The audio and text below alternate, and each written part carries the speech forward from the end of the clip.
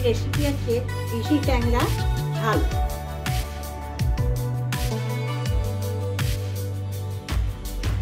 প্রথমে আমি একটু তেল মাখিয়ে নেব, সর্ষের তেল, হাফ চামচি নুন, 1 চামচি হলুদ গুঁড়ো ভালো করে মাখিয়ে নেব। তেলটা দিলাম কেন, ট্যাংরা মাছ খুব ছেটকায়, আর এটা তো দেশি ট্যাংরা, খুবই ছেটকাবে, ওই জন্য তেলটা মাখিয়ে।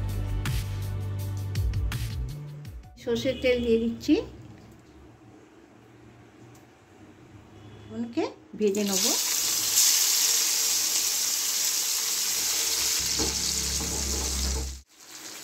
আমি 1 পিঠ করে ভাজা হয়ে গেছে, উল্টে দেবো।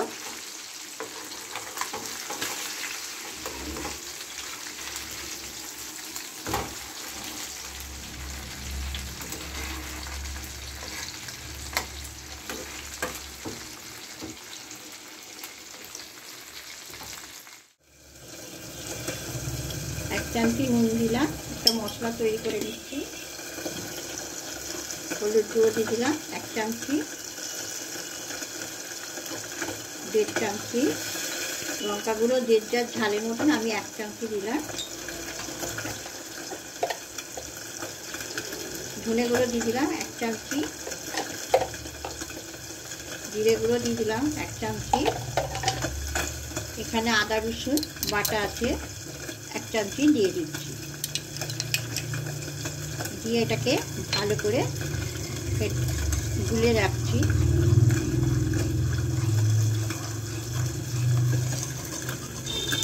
মাছগুলো ভাজা হয়ে গেছে, এবার তুলে নিচ্ছি।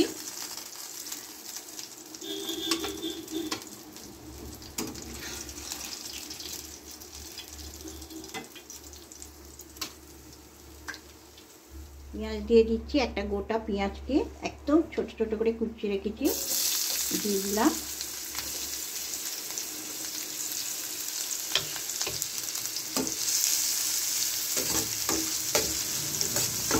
পেঁয়াজটা একটু লাল লাল হয়ে গেছে, আমি একটা গোটা টমেটো কেটে রেখেছি, দিয়ে দিচ্ছি। টমেটোটাকে একটু ভালো, মশলাটা যেটা জলে মিশিয়ে গুলে রেখেছি, এবার আমি মশলাটাকে দিয়ে দিচ্ছি। মশলাটাকে দিয়ে ভালো করে কষে নেব, একদম গন্ধ না থাকে তখন আমি কষে যাব। A few moments later. আমার মশলাটা একদম কষা হয়ে গেছে।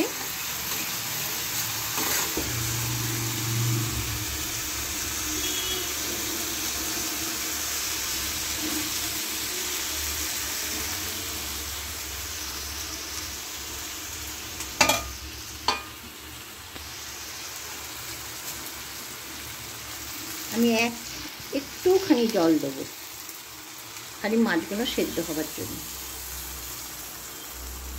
আমি আর 1 পিঠ করে উল্টে দিচ্ছি।